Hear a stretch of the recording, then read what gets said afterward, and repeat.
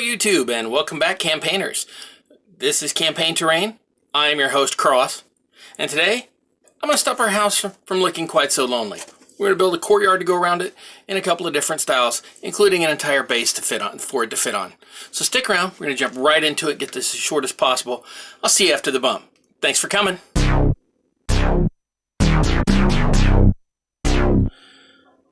I built this last week as just a quick prototype. We're going to make it a little bit nicer this week. So I know that I'm going to go ahead and be tearing these off of this because it's glued to the foil. I don't want the foil in there. I also am not going to keep using the PIR foam for the base layer. So I'm going to go ahead and take the house off from last week. And then I'm going to pull all these walls off and I will be right back. Alright, so torn all the walls off, peeled all the foil off. That was not easy. As you can see, a lot of times the paper gets stuck and it's hard to get off. You have to sort of scrape it with the blade sideways. So, even though I do like this texture a lot, because of all the problems I'm having with this foam, all these pock marks and holes, plus having to work around large things. Now these will be great if I ever make like a lava pit or something like that, so I'm definitely keeping these. But I'm putting all of these off to the side. Except for the ones I need to show you for demos later. So all of this is going away. We're going to switch to the more readily available XPS foam. That's the regular foam wall insulation foam. Now you could use XPS, you can use EPS, which is the white foam with the little beads in it. You can use foam core if you want thinner walls. You could use corrugated and coat the entire thing. Now at the end, next week when I texture everything, it's all going to be spackled. So most of the texture is going to disappear. Maybe not so much on this house because it's already built and doesn't have any holes in it. But in general, I'm going to be spackling over all of this. So it doesn't really matter which foam you work with. So I'm going to work with XPS just because I already have it in the width I need for the base. Now this base is the size of the yard, but I also want a bit of a slope out on each side. So I'm going to go to a slightly larger piece of XPS than this PIR I've been using. Give me a sec, get that cut, and I'll be right back. So there you go. 18-inch square, Y18, because this was 14, the way I had done it to have those little yard pieces and everything. So this is going to be 9 with 5 off to the side, coming to 14. This is going to be 5 with 9 to the side, to the front, coming to 14. So 14 by 14 is going to fit right to these little squares. The slope from 2 inches in down should be enough that the figures can still stay on it. I'm going to test that in just a second, but I'm going to have this sloped all the way around. Let's go ahead and test that theory on 2 inches is shallow enough for these guys to stand on. So what I'm going to do here is take one of the PIR offcuts, mark a 2-inch space on it. Now this is probably going to get squeaky, so you may have this music here in a second.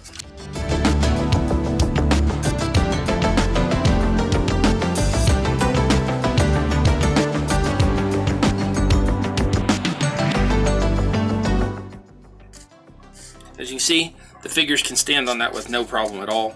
So I'm going to go ahead and use the 2-inch bevel all the way around the edges. So I'm going to go ahead and do that. I'll be right back. We have an 18 by 18 platform with a square cut where the courtyard's going to go.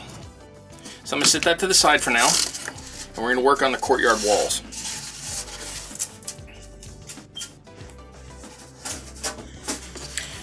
Now, I'm working with the XPS this time, expanded polystyrene. Now, this particular brand comes with a plastic sheet over it. You can leave that on for now, or take it off right here at the beginning and work without it, or you can take it all off after you cut everything to size. But for now, I'm going to go ahead and remove mine. What did I learn from last week making the yard I showed at the beginning? 14 inches is good. I like the size of the yard. I don't like the size of the walls. This comes from looking at numerous examples of Middle Eastern desert walls, Southwest American desert walls, and various different variations of them with decorative holes through them for filigree sort of work and all. And some have an arch over the gate, some have just an opening between them where the people and maybe goats or if a little wider, I suppose cattle could go through. So what I'm going to do is I'm going to build this as if a person could look over the wall, but it's going to keep a goat in. So I'm going to make these at 3/4 of an inch. 3/4 of an inch deep is, by my scale, 3 feet. By Dungeons & Dragons standard scale, 3 feet 9 inches. So it's not a super high wall, but it'd keep a sheep or a goat in your pen. So that's what I'm going for, is 3/4 of an inch. I do like the arch, so I am going to keep that. It does not need to be this tall. As you can see, that's very tall compared to this regular figure here. Now, this is one of the newer style figures, and he's wearing a pointy elven hat, so or helmet, helmet. So it's still too tall. So I'm going to make the wall about 3/4 of an inch tall, and I believe I'm going to make the bottom of the arch about 1 3/4 or 2 inches high. 1 3/4, if you recall from last week, is the same size as my doors. So I think that might be a little short. So what I'm going to do is I'm going to create something based on a 3/4 inch tall wall with about 1 inch thick to 3/4 of an inch thick, maybe a little narrower, arch at the top, and a 2 full inch gap up to the bottom of that arch. So I'm going to sketch that out, and then I'll be right back once I have that drawn onto my board here. Now keep in mind, I'm working from a 14 inch width, so I'm going to measure that out as well. And for that, I want it to be exactly 14 inches because we're going to cut all the corners at 45 degrees. Rightio. So 14 inches across, 3/4 of an inch up, 2 inches up to this line, 2 3/4 inch to this top. Now, what I've done is mark out the center point because I want that gate to be centered. You could put it off to the side, you could have 2 of them, however you want to do it. I found a cap that's almost exactly 2 inches wide. It's not quite, but it's close. What I'm going to do is I'm going to put that right at the line where I drew my 2 inches. As you can see, it's a little bit small, but I'm going to draw essentially on the outside of it, and so it'll make that line a little further out, and then I'll just cut on the outside of the line. So get that lined up pretty well.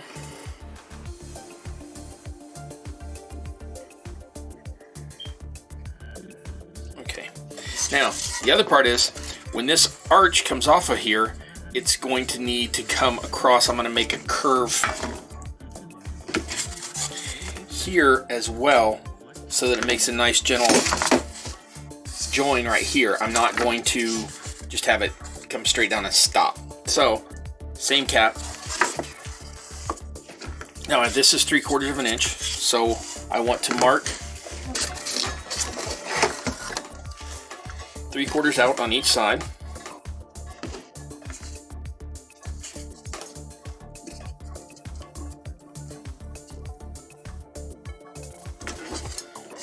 So that's those marks there. And I'm going to use a line from there up as the side of the cap. Actually, let me go ahead and draw that on.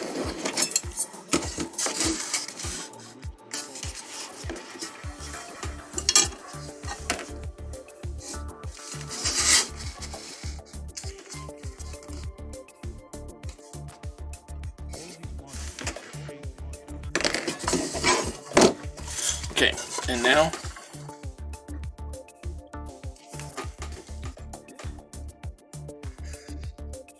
just copy that arc.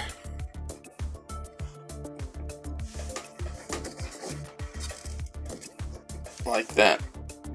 I hope you can see that. I think that's on screen. Okay, so this top part, that arc would not be quite right because of the 3/4 inch arc, so I'm just going to eyeball this one. And I don't want to start from here, I want to start from the center. So we're going to take that and come across.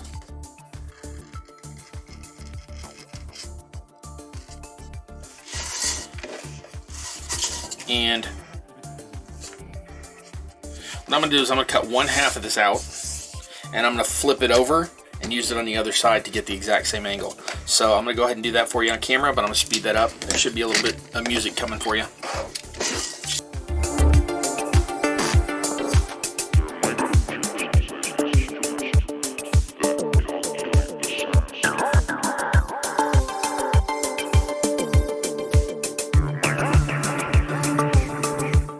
Not my best cuts ever, but these can all be trimmed up. They can be sanded off. They can be covered up with spackle at the end. I'm going to do sort of a combination of all of that. This is, after all, designed to be made of literally stacked up mud. So it's not supposed to be perfect. Now I'm going to do the same thing on the inside arch, and I'll be back once I have this and the side walls cut. I've got 2 of the sides cut to match. You go through the 4th side and the front with you, show you how it's done.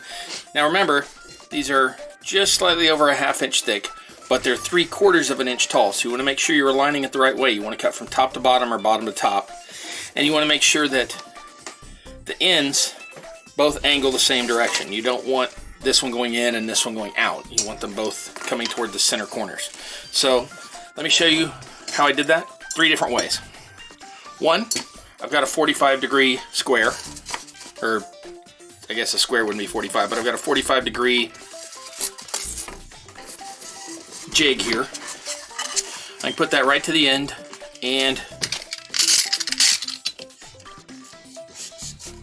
cut right to that corner, like that. Or, make sure I line this right the right way. I've got the grids on my cutting mat. I can use those and go for 45 degrees, and I can simply cut from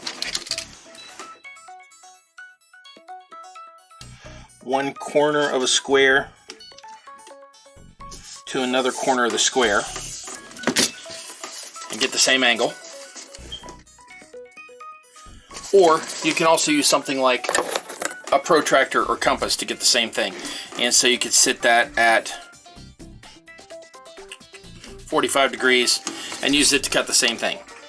I have found that the easiest way to do it is this square.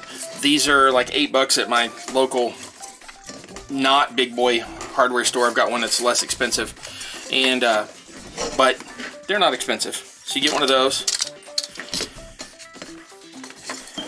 and this one's going to be a little bit complicated to do because it's got the arch in the way. So there's 2 ways to do that. One, I could just line up one of the other pieces and use that as a jig.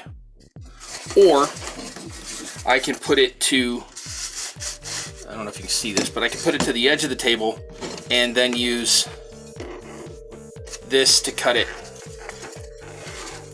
sort of complicatedly the other way around, like that, with it upside down off the edge of the table. I'm not going to do that. I'm going to use the gauging method. So I'm going to take one of these other pieces, line it up with it,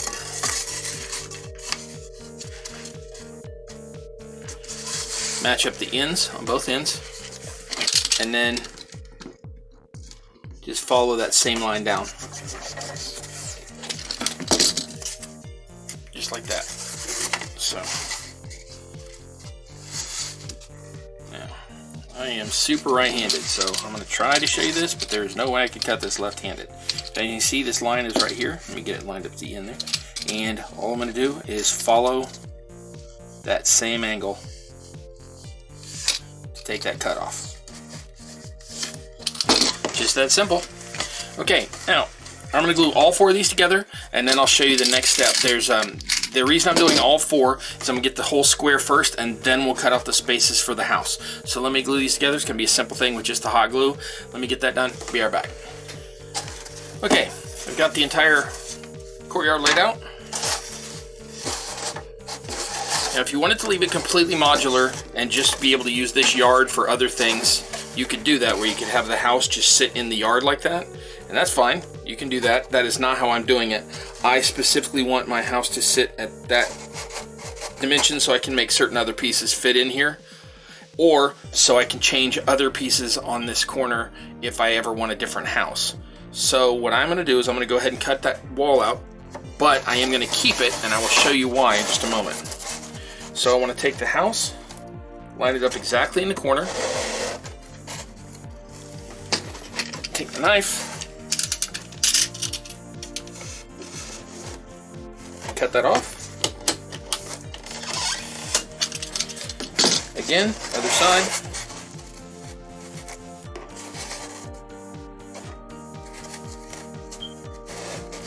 See if I can get this on camera for you.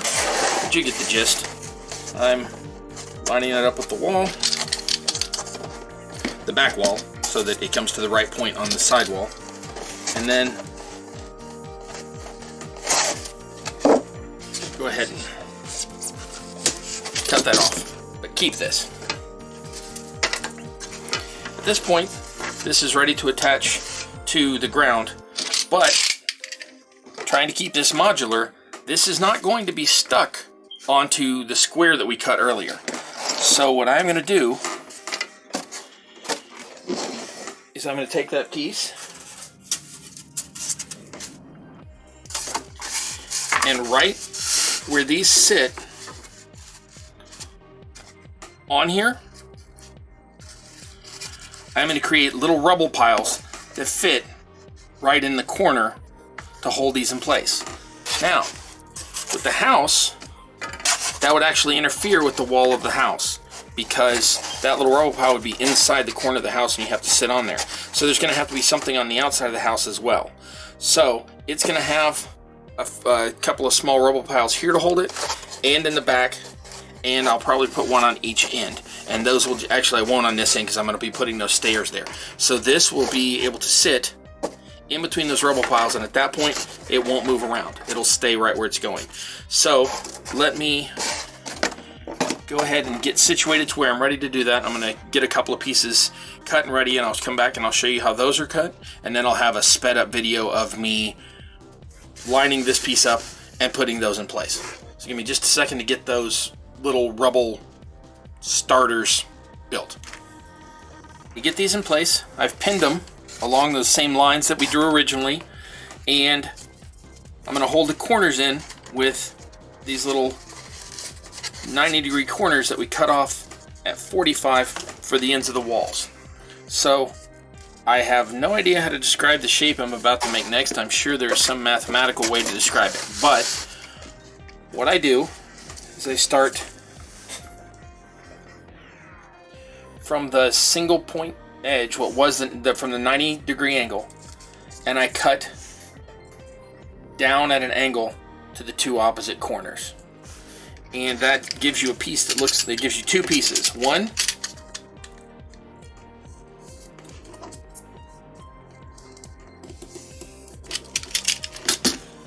is a 90-degree, and it's going to be the inside of your corner that's going to glue right here. Now, you're going to want to round that off a little bit, make it, not round it, but you want it to look like sand blew up into the corner of the wall, and it's just sitting there. You don't want it to have a solid 90-degree angle on it when you're done. Now, it's going to have to, but you don't want it to look like that, so you want to round as much as possible off. So all I do is I take the knife and sort of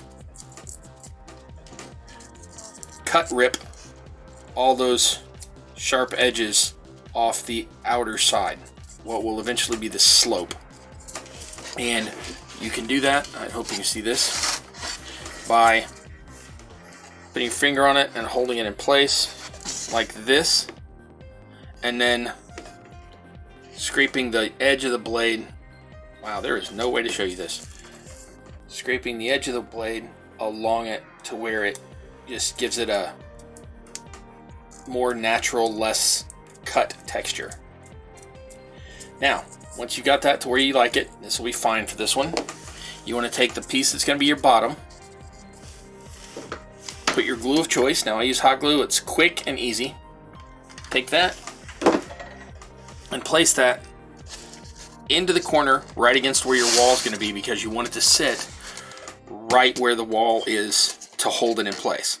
So that's now glued in place. Now this wall, I've also, the opposite piece that you end up with looks like this little pyramid shaped piece. You want to do the same thing, sort of take the top off that so it doesn't look as sharp and cut. You want to round off these outer corners. Basically, just make it look like a natural piece of, like a pile of sand is blown up in a corner, or that it's a piece of sandstone. And I have a little bit of a difficulty with this one. Give me just a second. Of course, the one I do on camera is always the one that's a pain. Okay, so bit of an organic texture to it. Organic's not the right word for rock, but you know what I mean. Then, that was cool. You want to take the piece that's going to be on the bottom, glue that on, and press that into place like this right against the wall. But you want to make sure not to get any glue on the wall, because you want the wall to be able to come free. So you can do that with those little 45-degree cuts or any random pieces of styrene that you have, and just make little 90-degree pieces so they'll hold the wall in place. Now all these little pieces I cut off, I'm saving those because you can use those for rubble later. You can strew them about, you can glue them in place, whichever. So I'm probably going to attach some of those on the outside of these little piles, make them a little less fabricated looking. Alright, and I need at least one more right here to take up that wiggle, just in case. So I'm going to put one more here on the inside. And I think I'm going to take this little rectangle to do that.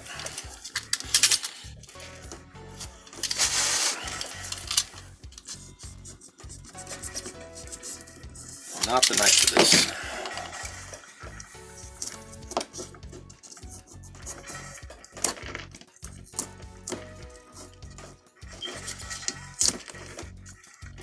I know you can't really see this, but I'm just showing you how quickly I'm doing this so you can see how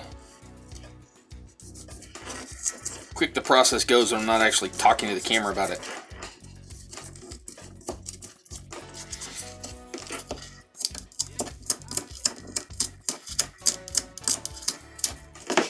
And there's another one.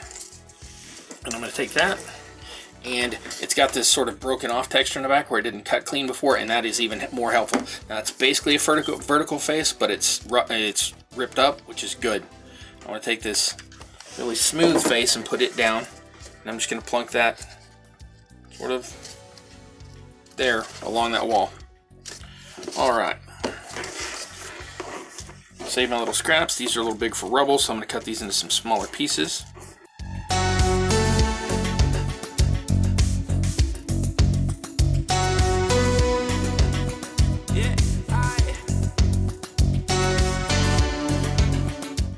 We're going to pull out my straight pins, put them in my big old industrial porcupine here.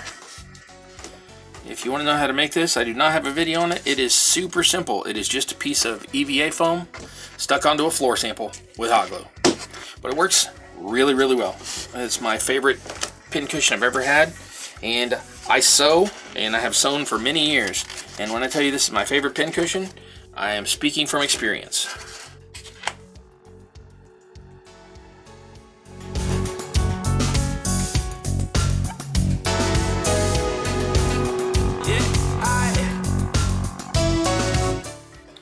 And thing to note, right here where I'm going to put the house, I have not put any supports on the inside. There's two reasons for that. One, when you take the house off, you don't want there to be stones or piles of sand in what would be a playable living area from the inside of the house. And the second thing is, once these two walls are in place and they're held in by their little rocks, the house fits right in there, and you only need the ones on the outside to hold it because the walls hold it in place right here. So, that is the entire courtyard finished for the house with the various little rocks that just make it look like desert. Now, if you come by and you stick a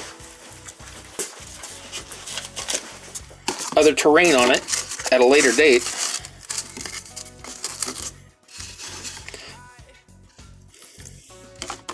Those rocks will look fine. So all of this is going to get textured, all this is going to get painted, and it's all going to look uniform with the wall and the house in next week's video. So that's basically it for now. Stick around. I'm going to have a couple of more close-ups and things like that after the jump. But I appreciate you coming to Campaign Terrain.